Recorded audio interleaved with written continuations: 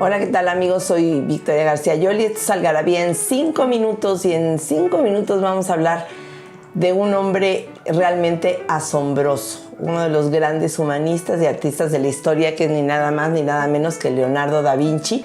Y este artista creador es considerado un genio. Todo el mundo ubica perfectamente a la Gioconda, la Mona Lisa, que tiene una de las características de la pintura de Leonardo es esta postura donde el cuerpo está hacia un lado y la cabeza está en sentido opuesto hacia donde mira el cuerpo, y eso fue una manera de resolver los retratos de una manera menos plana, menos frontal. Hasta antes de que Leonardo pintara o retratara a sus personajes en estas poses, los retratos eran absoluta y completamente frontales. Por ahí hay unos de perfil, pero no en esta posición que se presume como más natural, y de ahí empieza un poco el misterio de sus cuadros.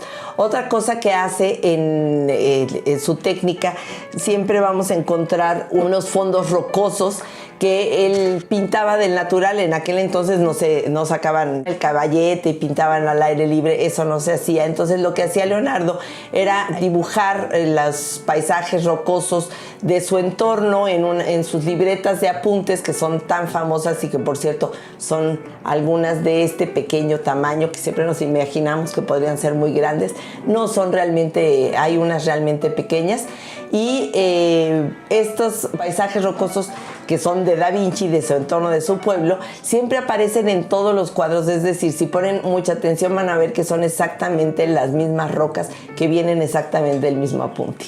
Otra cosa que él emplea y que era novedosa durante su época en el Renacimiento es el uso del óleo. Hasta entonces siempre se pintaba al témpera, que son los pigmentos disueltos con yema de huevo y con clara de huevo, y lo que hace Leonardo es empezar a usar el óleo porque se mantenía fresco más tiempo, podía hacer más trucos o podía corregir mejor.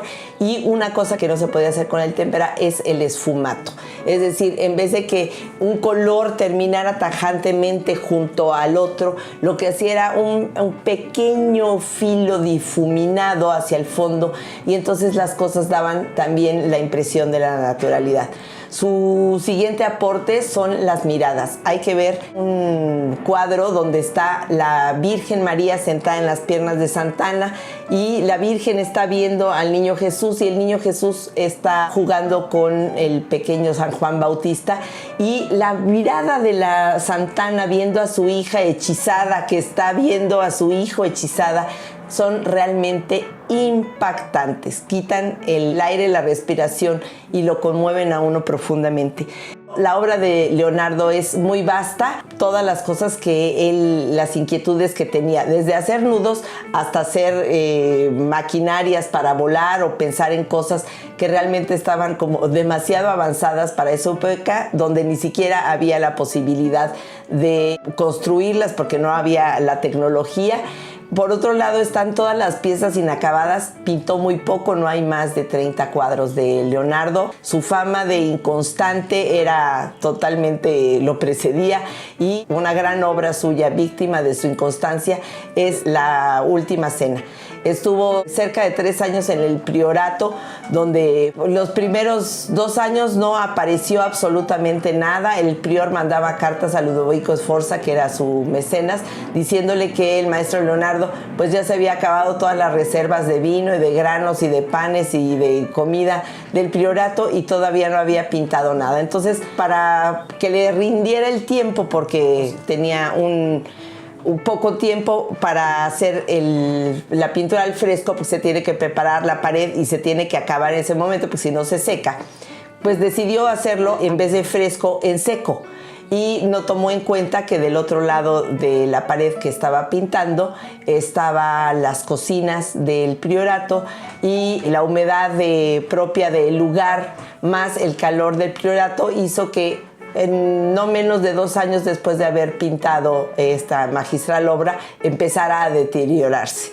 Entonces, pues al maestro Leonardo también le fallaba, por pereza y por desidia, Así que no hay que seguir más que el ejemplo de su creatividad, de su visión, más allá de lo que la vida nos muestre, y admirarlo profundamente. No se pierdan nunca una obra de Leonardo da Vinci, sobre todo esta que les acabo de recomendar, de la Virgen de las Rocas y de la Virgen María sentada en las piernas de Santa Ana.